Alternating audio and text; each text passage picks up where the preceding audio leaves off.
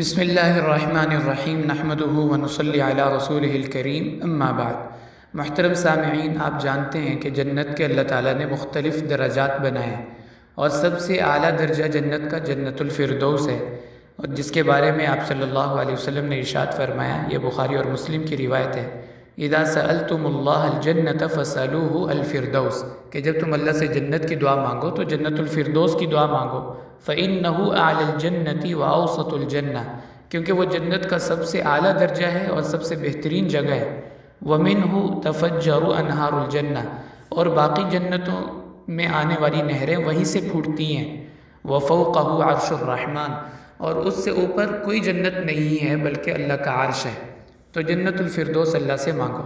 اب جنت الفردوس کیسے ملے گی؟ اس کے لیے اللہ تعالیٰ نے قرآن پاک میں 6 صفات کا تذکرہ فرمایا کہ جو انسان ان 6 صفات کے ساتھ متصف ہوگا، اللہ تعالیٰ اس کو جنت الفردوس عطا فرمائیں گے، یہ اللہ تعالیٰ کا اس کے ساتھ وعدہ ہے۔ اس کا تذکرہ اللہ تعالیٰ نے فرمایا 18ویں پارے کے اندر، قد افلح المؤمنون الذین هم فی صلاتهم خاشعون، الذین هم فی صلاتهم خاشعون، یعنی نماز کے اندر خشوع اور خضوع سے نماز کو ادا کرنے والے۔ اور دوسری صفت والذین هم عن اللغو معرضون، بیہودہ اور بے فائدہ باتوں سے اعراض کرنے والے۔ اور تیسری صفت والذین هم للزکاة فاعلون، بر وقت اور زکوٰۃ کی پوری ادائیگی کرنے والے۔ اور چوتھی صفت والذین هم لفروجہم حافظون، اپنی شرمگاہوں کو حرام سے محفوظ رکھنے والے۔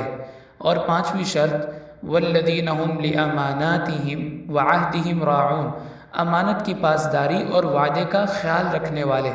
اور چھٹی صفت والذین هم علی صلاتہم یحافظون، نمازوں کا اہتمام کرنے والے۔ اولئک هم الوارثون الذین یرثون الفردوس هم فیہا خالدون، اللہ فرماتے ہیں یہی ہیں جنت الفردوس کے اصل حقدار اور ہمیشہ اس میں رہیں گے۔